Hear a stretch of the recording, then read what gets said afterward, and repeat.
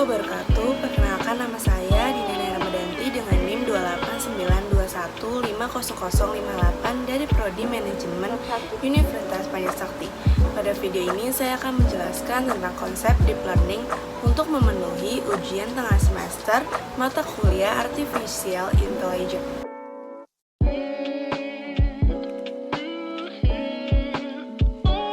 Ada pokok pembahasan yang akan saya jelaskan pada video ini. Yang pertama ada pengenalan deep learning, yang kedua ada implementasi kerja algoritma deep learning, yang ketiga ada jenis deep learning, yang keempat ada manfaat deep learning, dan yang kelima ada contoh penerapan learning.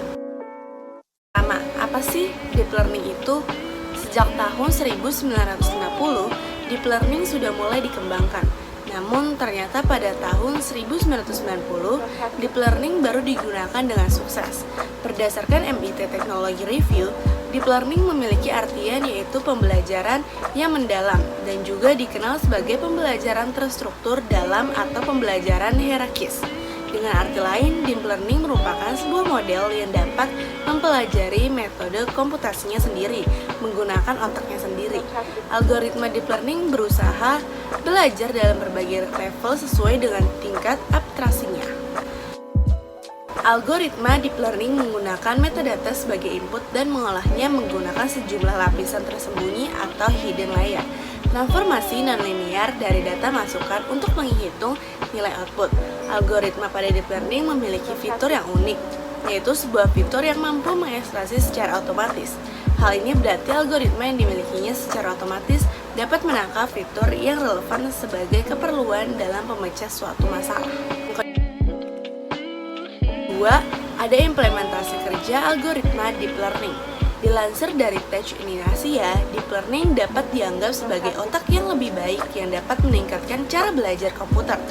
Algoritma ini dapat meningkatkan kemampuan asisten virtual, seperti Siri dari Apple atau Google Assistant dari Google, untuk menangani hal-hal yang belum dikenali dengan baik oleh kedua asisten digital itu. Selain itu, pengimplementasian deep learning juga bisa dilihat dari AlphaGo milik Google. AlphaGo merupakan game sejenis catur. Dengan bermain melawan pemain Go profesional, deep learning AlphaGo mempelajari bagaimana ia bermain di tingkat yang belum terjamah sebelumnya oleh AI. Hebatnya, apa yang dilakukan tanpa instruksi apapun ketika melancarkan gerakan-gerakan spesifik. Selanjutnya, jenis deep learning. Yang pertama ada deep learning for unsupervised learning, yang kedua ada deep learning for supervised learning, yang ketiga ada hybrid deep networks. Deep learning for unsupervised learning. Deep learning tipe ini digunakan pada saat label dari variabel target tidak tersedia dan korelasi nilai yang lebih tinggi harus dihitung dari unit yang diamati untuk menganalisis polanya. Deep learning for supervised learning.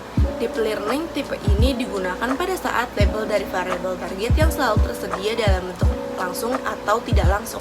Kategori ini juga secara langsung memberikan kekuatan diskriminatif untuk tujuan klasifikasi. Selanjutnya, hybrid deep networks. Pendekatan tipe ini tujuannya adalah diskriminasi yang dibantu, seringkali secara signifikan dengan hasil generatif atau unsupervised deep networks. Tujuan lain dicapai ketika kriteria diskriminatif untuk supervised learning digunakan untuk memperkirakan parameter di salah satu deep generative atau unsupervised deep networks dalam kategori di atas. Yang keempat ada manfaat deep learning. Yang pertama, dapat memproses unstructured data dengan baik. Salah satu daya tarik terbesar dari deep learning adalah kemampuan untuk memproses data yang tidak terstruktur. Dalam konteks bisnis, hal ini menjadi sangat relevan ketika kamu menemukan sebagian besar data bisnis tidak terstruktur.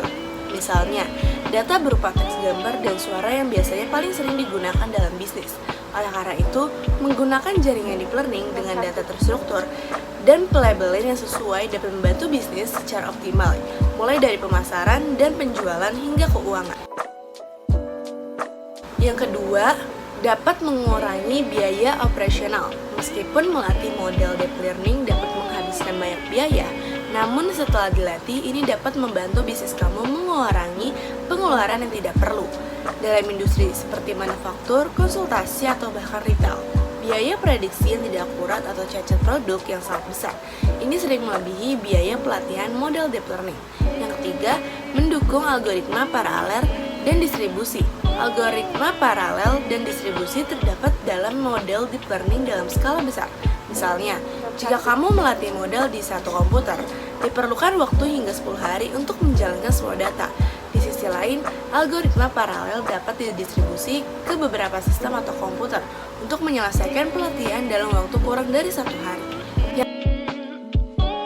Yang keempat, ada analisis lanjutan.